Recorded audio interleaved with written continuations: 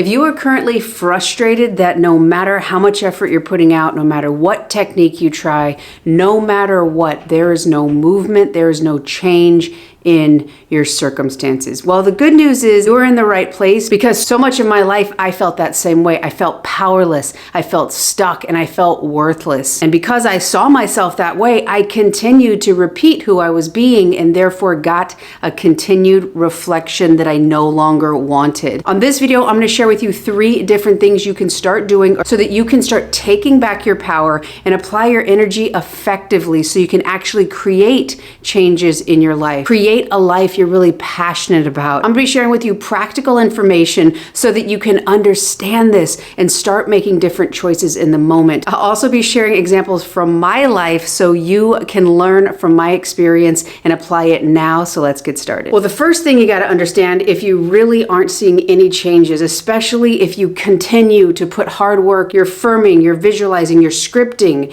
you put all that effort in, and you look out and there's no real change. Maybe there's small ones, but no matter what, everything goes back to the same start point. Well, the first thing I really want you to look at is starting to understand thinking of rather than being. And let me show you what that means. Currently, if you have a situation, for me personally, it was about rejection.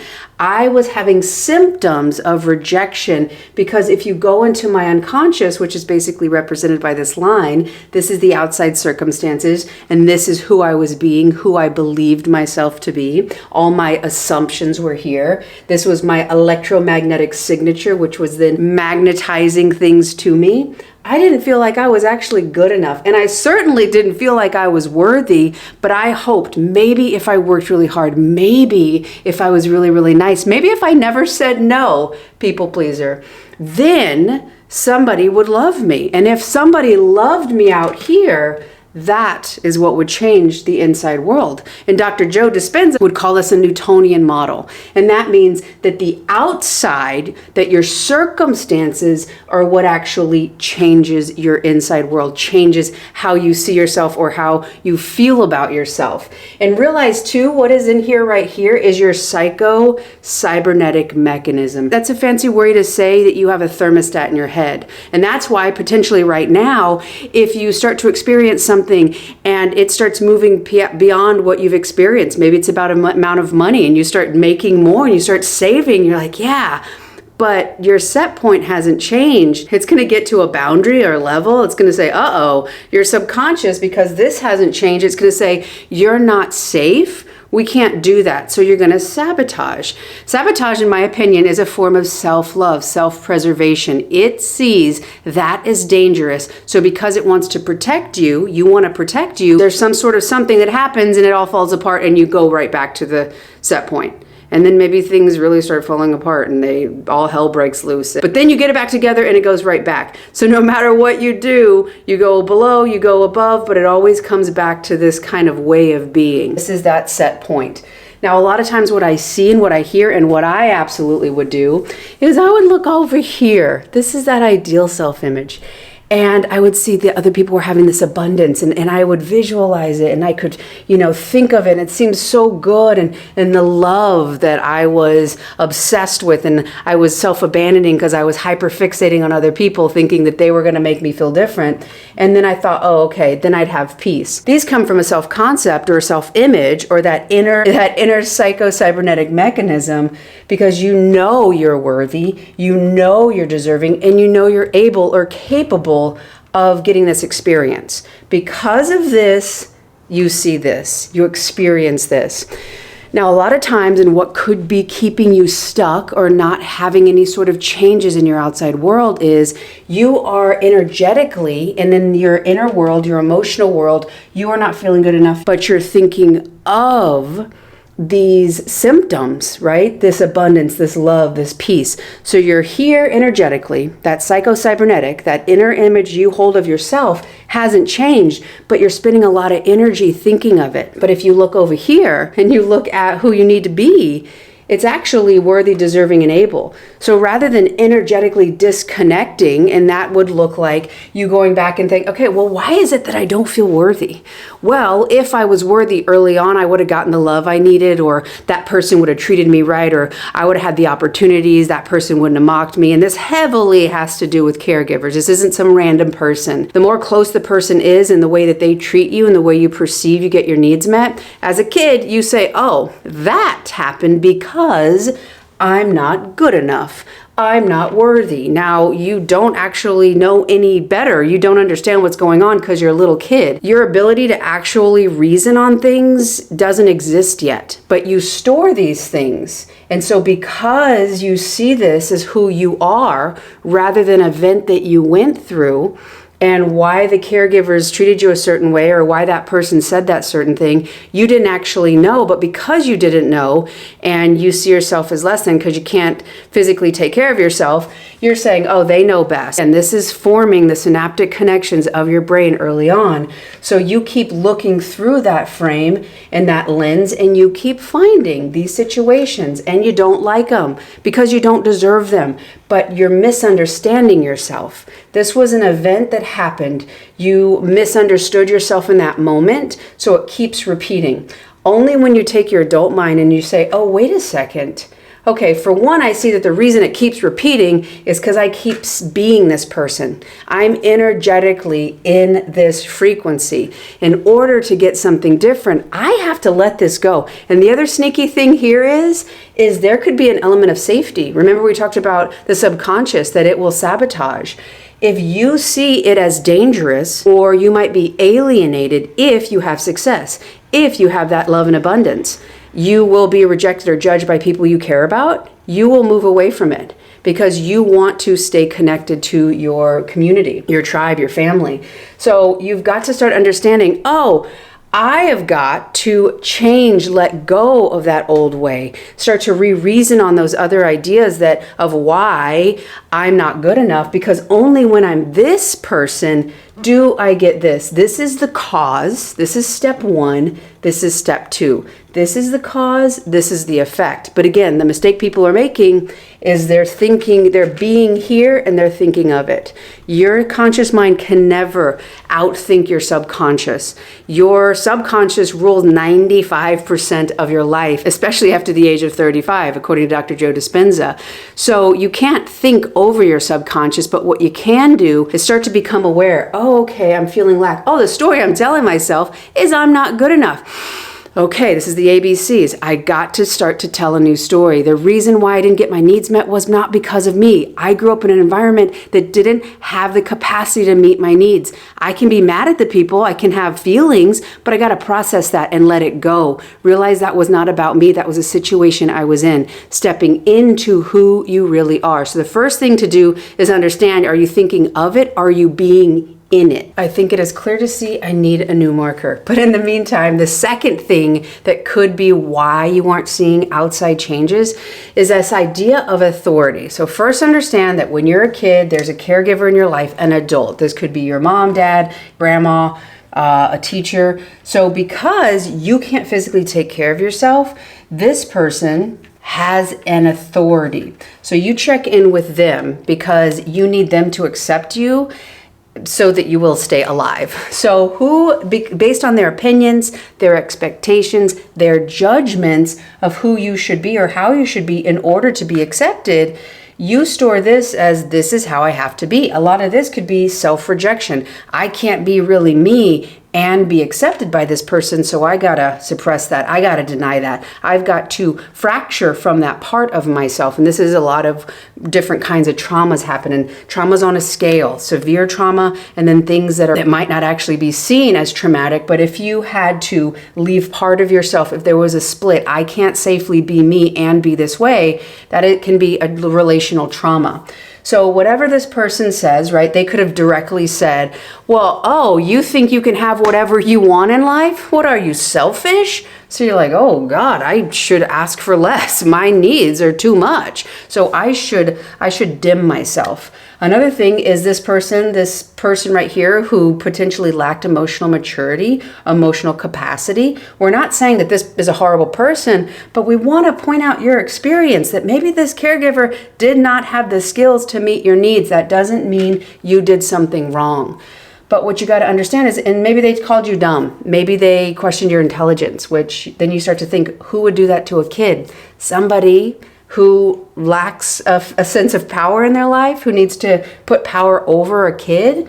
And maybe you were told that you need to self-sacrifice. You need to say no to you, and so you can say yes to other people, so then they'll like you. So that's a lot of literal learned self-abandonment. But no matter what this dynamic was for you, you learned that this person has authority by default. Now, what happens if you don't have what you need to evolve, you don't have that supporting structure, this model could still be you. Even though you're now an adult, you still check in with somebody else. Maybe it's your parent, maybe it's a boss, maybe it's your romantic partner, maybe it's your siblings or your friend group. You're outsourcing and looking to them for some sense of approval, validation. Do they think what I'm doing is okay? Now, as long as you continue to outsource your authority as an adult, that person basically owns the rights to your self-image. Whoever they think you should be is who you have to be and what is stored in your head. You will edit yourself, adjust to who they think you should be. If you want to make a change, just the same as if you are at a store and you got to call the manager over so that they will override the computer program so that you can move forward, that's what you're going to be. So if you feel like you're waiting, if you feel like there's something that you don't have that you need in order to move on, this example, this dynamic is what you could unconsciously be doing. Well, if I had the approval of that person, then I could move forward. Or, well, if I had the money, realize money is an energy and it recreates dynamics you had as a kid in regards to your needs getting met. So money could easily be replaced with a dynamic from your parents or your caregiver. Oh, if they would have given me that, then I would have felt whole and complete. Oh, okay, I'm starting to see that I got to take my authority. I'm really scared. I feel uncomfortable because I'm starting to be in a new way. I'm claiming my sovereignty, and only when you claim your sovereignty can you actually start to make changes in your life according to your needs, your desires, and the vision you have of your life. Now, the last thing that could be blocking you from actually getting experiences in your outside world is, even though you're 30 years old, you're 25 years old, you're 45 years old, it doesn't matter how old you are right now, but even though whatever age you are, something happens in your life. Maybe a friend is supposed to meet up with you, but they flake out and they don't even text you to give you a heads up. You show up at the place and you're waiting and you feel really embarrassed. There is an event here that happens current day. Now, this right here is going to be very, very important, because that's a neutral situation. Somebody is supposed to meet up with you and they don't, and they don't show up, and you're there and you're waiting. Now, what you put here and what you put as the meaning is going to change your life or keep it the same. Why? Because if you tell a story about why this happened, that's what results in this meaning. Now, if in the current situation, you're taking the past into it to create that story so you can place the meaning, you just keep recreating the past. So if when you were little, you were at school and your parents didn't come, they made you wait, maybe they forgot. Maybe that was a continued cycle because one of the parents you had or caregivers was emotionally lacking in terms of their ability to take your needs into consideration. So rather than saying, wow, mom, dad, that's really disappointing. I'm really upset by this. I deserve better. You thought, oh, I must be doing something on why I'm not getting it. I see my friends get this, but I don't get it. So because your parent wasn't there for you, they weren't consistent, you might have thought, I'm not good enough. I'm not worthy. No one loves me. People are going to leave me. So this friend, even though you don't know what happened, maybe their car broke down. Maybe they dropped their phone and kicked it off of the parking lot garage, and then they didn't have GPS, and then they couldn't call or text you, and they had no idea where they were. So they were spending the rest of the day trying to figure out how to even get back to their apartment. Maybe they're new to town. I don't know. but you don't actually know why they didn't show up. But when you are like, I don't need their why, I've got my own why, because I've been here before. I remember when they didn't show up, and you're not doing this consciously. You're doing this unconsciously. So you've got to start to be aware of the story you're telling yourself.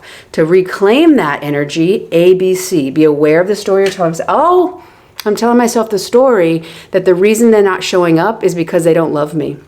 I'm telling myself in the story, I can feel the feelings that I'm not good enough, that no one's going to really love me, that if I show up and I really expect something from somebody, they're going to disappoint me.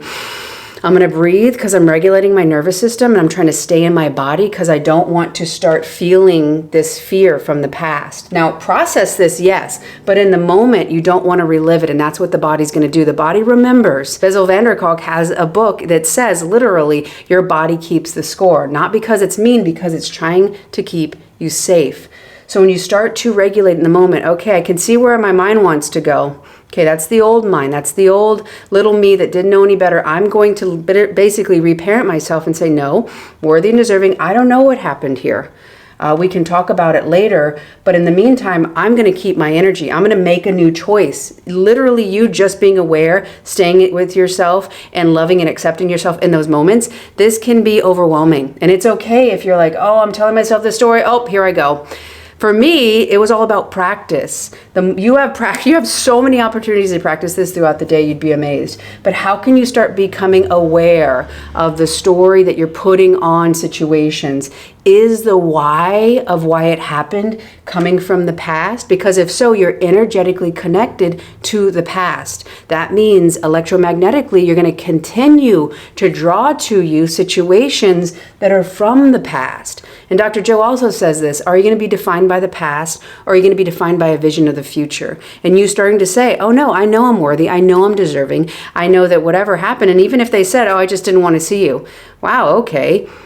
Realizing that you didn't deserve that, and if they have an issue and they're not able to communicate, what story do you tell yourself if somebody rejects you that way? Now, again, that's more advanced because you've got to start understanding you're worthy and deserving and start loving yourself and your opinion of yourself being the highest. And it can hurt your feelings if somebody just said, oh, I forgot, it wasn't that important to me. That can hurt. And processing it, realize what is the story I'm telling of why they don't care.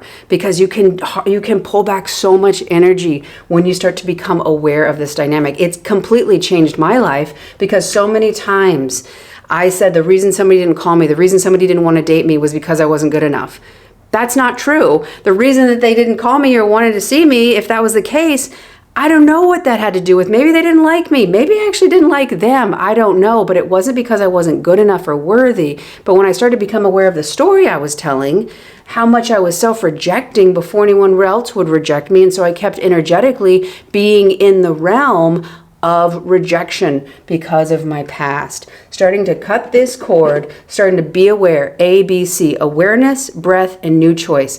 Doing these 3 things can dramatically change who you are being, take back your energy, and start creating the changes in your experience that you really want to have. Now, if you want some more insight on how to create your own reality, this next video right here is going to break it down for you. Thank you so much for watching. I love y'all. If you like the video, click like. If you haven't done so, join the community, and I will see you on the next one.